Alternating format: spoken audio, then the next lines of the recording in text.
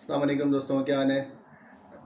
एक दफ़ा फिर मैं हाज़िर हो गया अपनी नई वीडियो के साथ। और जैसा कि मैंने कहा था कि मैं कोशिश करूँगा इंशाल्लाह ताला कि हर 15 दिन पे एक वीडियो अवेयरनेस की डालता रहूँ। पहले जहन में था कि टॉपिक्स कहाँ से आएंगे, बट लास्ट वीडियोस के बाद मुझे लगा कि टॉपिक्स तो खुद ही आते रहेंगे और आप लोग ही देते रहेंगे। ये वीडियो बनाने इसमें जो टॉपिक मैंने सेलेक्ट किया है वो है इंश्योरेंस और तकाफुल में फ़र्क। ये टॉपिक मेरे जहन में कैसे आया, लास्ट वीडियो में मुझे एक कमेंट आया कि सर जितनी भी इंश्योरेंस और ये जो तकाफुल कंपनीज होती हैं वो भी अपने आप को री तकाफुल करवाती हैं या री इंश्योरेंस करवाती हैं म्यूनिख री से, हैनोवर री से। तो क्या उनका तो इंश्योरेंस का मॉडल है, तो फिर ये कैसे हलाल होता है। तो पहले मैं उन पे जवाब देता हूँ और फिर मैं इंश्योरेंस तकाफुल में जो बेसिक फ़र्क है उस पर बात करूँगा। अच्छा, जो हैनोवर री और म्यूनिख री, ये तकाफुन इनका भी तकाफुन का सिस्टम बना हुआ है। जो पाकिस्तान में तकाफुन चलती है वो वक्फ के मॉडल पे चलती है। ये वक्फ वाला मॉडल पाकिस्तान में जो इंट्रोड्यूस करवाया था वो पाकिस्तान ग्रुप ने करवाया था 2007 में। बट तकाफुन तो इससे पहले से है, दुनिया में तकाफुन इससे पहले से चल रही है। और जब तकाफुन आ चुकी थी तो ये जितनी भी री तकाफुन की जो नीड थी वो पहले ही क्रिएट हो गई थी। तो म्यूनिख री और हैनोवर री और डिफरेंट जितनी भी री इंश्योरेंस कंपनीज थी, इन्होंने अपनी री तकाफुन विंडोज़ भी स्टार्ट कर दी। जिस तरह यहाँ पे कन्वेंशनल बैंक्स ने इस्लामिक विंडोज़ अपनी लॉन्च की हुई हैं, जिस तरह conventional mutual fund management companies ने अपने इस्लामिक फंड्स लॉन्च किए हुए, इसी तरह इन्होंने भी कन्वेंशनल कंपनी ने इस्लामिक वहाँ के जो प्रिंसिपल्स थे तकाफुन के मॉडल के, उसको फॉलो करते हुए वहाँ पे री तकाफुन उन्होंने लॉन्च किया। तो हम जो डिफरेंट यहाँ भी जो तकाफुन कंपनीज हैं वो जो री तकाफुन करवा रही होती हैं वो इन्हीं कंपनी से इसी मॉडल पे करवा रही होती हैं। अच्छा, अब बात करते हैं कि इंश्योरेंस और तकाफुन में फ़र्क क्या है। पहले तो ये समझते हैं कि इंश्योरेंस है क्या। इंश्योरेंस हर इंसान की नीड है, बेसिक नीड है, जिसको आज हम समझते नहीं हैं। हम समझते हैं कि इंश्योरेंस करवाने से कोई अल्लाह ताला से कोई जंग कर रहा है, नाउज़ुबिल्लाह। ऐसा कुछ नहीं है। ये तकाफुन का मॉडल आया है, इसमें होता तकाफुन के मॉडल को बाद में समझते हैं। मैं पहले ये बताता हूँ इंश्योरेंस में होता क्या है। इंश्योरेंस जो अपनी इटसेल्फ बहुत अच्छी चीज़ है। लाइफ इंश्योरेंस का मतलब क्या होता है, एक बंदे ने ये कवरेज करवाई है या ये चीज़, ये प्रोटेक्शन ली है कि खुदा ना खास्ता उसकी डेथ होगी तो उसकी फैमिली फाइनेंशियली सफ़र ना करे। फाइनेंशियली सफ़र कैसे करती है, मैं इसको एक एग्जाम्पल से समझाता हूँ। सपोज करें एक इंडिविजुअल है जिसकी एज है आज 25 ईयर्स।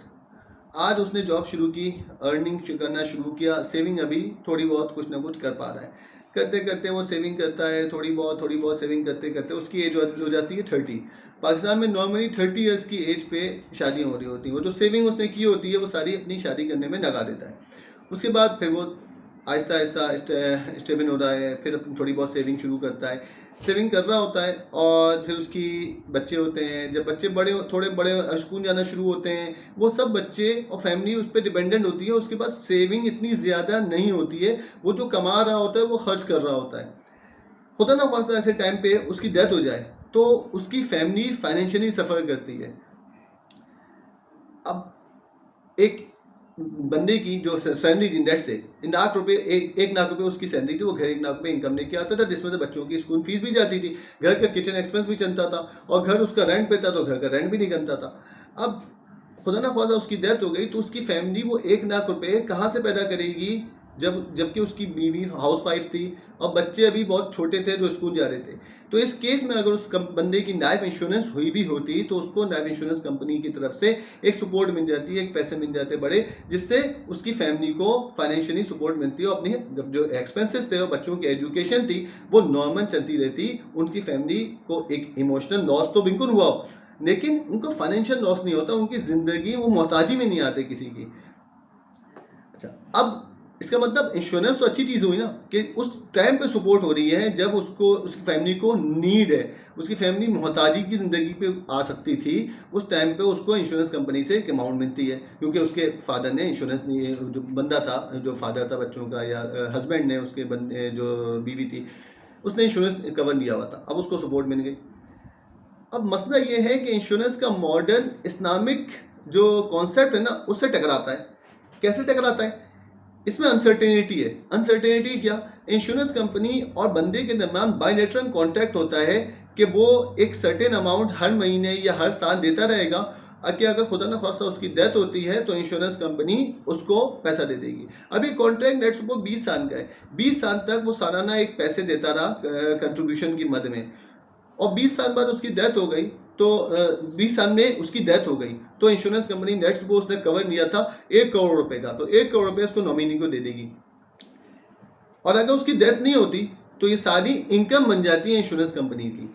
यानी एक बंदा कोई विन करता है, या तो उसकी नॉमिनी जिस बंदे ने कवरेज दी थी उसने पैसे दिए थे सिर्फ 1 लाख रुपए साल के, और 5 साल उसने 5 लाख रुपए की कंट्रीब्यूशन दी और उसकी डेथ हो जाती है, 1 करोड़ रुपए का क्लेम इंश्योरेंस कंपनी पे करती है। तो इस केस में ये सारा इंश्योरेंस कंपनी का लॉस होता है, और उस बंदे की एक तरह से उसकी इनकम हो गई, जितना 1 करोड़ माइनस 5 लाख उसकी फैमिली की इनकम हो गई, उनको डिफरेंस मिला। तो एक हारता है एक जीतता है, तो यहाँ अनसर्टेनिटी है। ये चीज़ शरीयत में ये जायज़ नहीं है। तो ये एक बुराई थी जिसको तकाफुन ने ख़त्म किया। कैसे ख़त्म किया मैं उस पर मैं बात करता हूँ। तकाफुन में होता क्या है, तकाफुन में वक्फ का मॉडल चलता है। वक्फ किसी इंश्योरेंस कंपनी या तकाफुन कंपनी की मिल्कियत नहीं होता, वो अल्लाह ताला की मिल्कियत होता है। वक्फ जो कर दिया वो कर दिया। पाकिस्तान में जितनी भी इंश्योरेंस या तकाफुन पॉलिसीज चल रही हैं वो यूनिट लिंक चलती हैं। यूनिट लिंक क्या होता है कि लेट्स सपोज आपने 1 लाख रुपए का कंट्रीब्यूशन दिया, तो उस कंट्रीब्यूशन में से 2 हिस्से होंगे। एक जाएगा वक्फ पूल में, वक्फ और इंश्योरेंस कंपनी कहती है रिस्क चार्ज की मद में, और दूसरा जाता है इन्वेस्टमेंट में, इन्वेस्टमेंट के पूल में, जिसके आपको यूनिट्स एलोकेट होते हैं। अब इस पूल की बात मैं बाद में करूंगा, पहले मैं अभी इसकी बात कर रहा हूं जो रिस्क चार्ज इंश्योरेंस कंपनी कहती है, और जिसको हम यहाँ पे वक्फ पूल की कंट्रीब्यूशन कहते हैं हर तकाफुन में, हर पार्टिसिपेंट की तरफ से। जो इंश्योरेंस कंपनी में रिस्क चार्ज आया वो इंश्योरेंस कंपनी की इनकम हो गया, उसने अपना रेवेन्यू रिकॉर्ड कर लिया। अगर उस बंदे की डेथ नहीं होती है तो ये कंपनी का रेवेन्यू हो जा, और अगर डेथ हो जाती है तो ये कंपनी क्लेम पे करती है तो वो एक्सपेंस हो जाता है उस कंपनी का। अब तकाफुन में समझते हैं तकाफुन में क्या होता है, जो वक्फ की तरह पोर्शन गया वो वक्फ हो गया, वो कंपनी का जो इंश्योरेंस या तकाफुन कंपनी है उसकी इनकम नहीं बना, वो वक्फ का पार्ट बन गया, और जो क्लेम पे होगा वो भी वक्फ से होगा। अब इसमें दूसरी चीज़ है, वक्फ में खुदा ना खास्ता या इंश्योरेंस से तो पूल बनाया था उसमें कुछ लॉस आता है। पहले लॉस से पहले समझते हैं सरप्लस आता है। सपोज करें कंट्रीब्यूशन आई और 1 साल में पूरे क्लेम पे हुए।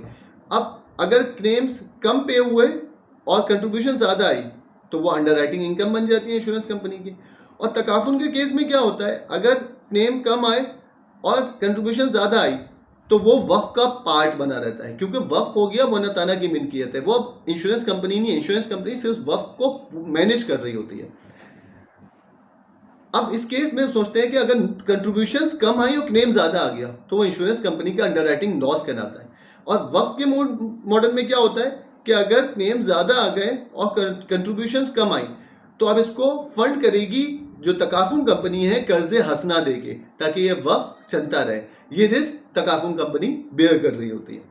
अच्छा, अब आते हैं दूसरी जो बुराई थी। एक तो बुराई जो इंश्योरेंस में थी वो अनसर्टेनिटी यानी गरर का मसला था, जिसको तकाफुन ने वक्फ के मॉडल से दूर किया। अब दूसरी साइड थी इन्वेस्टमेंट इनकम। जब इन्वेस्टमेंट के पूल में भी एक पार्ट ज़्यादा होता था तो उसमें जिस फंड के यूनिट्स मिलते थे उसकी जो इन्वेस्टमेंट होती थी वो नॉन शरिया कंप्लायंट एवेन्यूज़ में होती थी। यानी उसकी इन्वेस्टमेंट हो रही होती थी ट्रेजरी बिल्स में, TFCs में, PIBs में, कन्वेंशनल बैंक के TDRs में, और बैंक जो सेविंग अकाउंट होते हैं उस, या इसके अलावा कन्वेंशनल कंपनी के शेयर्स में। इससे जो इनकम आती थी वो उसमें सूद का एलिमेंट होता था। अब तकाफुन में क्या होता है, इसको कैसे ख़त्म किया, इसकी जो इन्वेस्टमेंट पूल में जो भी इनकम आती है वो शरिया कंप्लायंट एवेन्यूज से आती है। यानी शरिया कंप्लायंट इन्वेस्टमेंट कंपनी के शेयर, अगर उसने एग्रेसिव फंड सेलेक्ट किया है और अगर उसने कंजर्वेटिव फंड सेलेक्ट किया है तो उसमें लाज़िम बात है कि उसमें स्टॉक मार्केट या जो इक्विटी मार्केट के शेयर्स होंगे वो मौजूद नहीं होंगे, उसमें आपकी वॉलेटिलिटी नहीं होगी, उसमें एक स्टेबल इनकम आ रही होती है। कंजर्वेटिव फंड आपने सेलेक्ट किया है। कंजर्वेटिव फंड की तकाफुन में इन्वेस्टमेंट हो रही होती है गवर्नमेंट ऑफ पाकिस्तान के इजारा सुकूक्स में, कॉर्पोरेट सुकूक्स में, इस्लामिक बैंक के सुकूक्स में, इस्लामिक बैंक के सेविंग अकाउंट और टर्म प्लेसमेंट में। तो यहाँ से जो इनकम आ रही होती है वो शरिया कंप्लायंट एवेन्यूज से आ रही होती है। तो ये 2 मेन मसले थे जो इंश्योरेंस में थे जिसको तकाफुन ने दूर किया। इंश्योरेंस इट्स सेल्फ गलत चीज़ नहीं, क्योंकि उसमें सपोर्ट मिल रही होती है उस बंदे को, उसकी फैमिली को, जिसकी डेथ हो गई, उसकी फैमिली फाइनेंशियली डिपेंडेंट हो रही थी लोगों के आगे, उसको एक सपोर्ट मिलती है। तो तकाफुन एक अच्छी चीज़ है। अब जो तकाफुन ने आके इंश्योरेंस और में जो मसले थे, और अनसर्टेनिटी, और ये जो नॉन शरिया कंप्लाइंट एवेन्यू से जो इनकम आ रही थी, सूद का जो मसला था, इसको ख़त्म किया है। तो अल्हम्दुलिल्लाह अब आप उस पर मुफ्तियान कराम के फतवा भी मौजूद है, इस पर दाउलूम से भी आप फतवा मौजूद भी, आप चेक भी कर सकते हैं दाउलूम कराची से भी। तो इंशाल्लाह ताला नेक्स्ट वीडियो के साथ मैं कोशिश करूँगा फिर से दोबारा हाजिर हूँ और किसी और अगले कॉन्सेप्ट पे बात करूँ। जज़ाकल्लाह, अस्सलाम वालेकुम। वीडियो शेयर करना और चैनल को सब्सक्राइब करना ना भूलिएगा। करना 10 मिनट।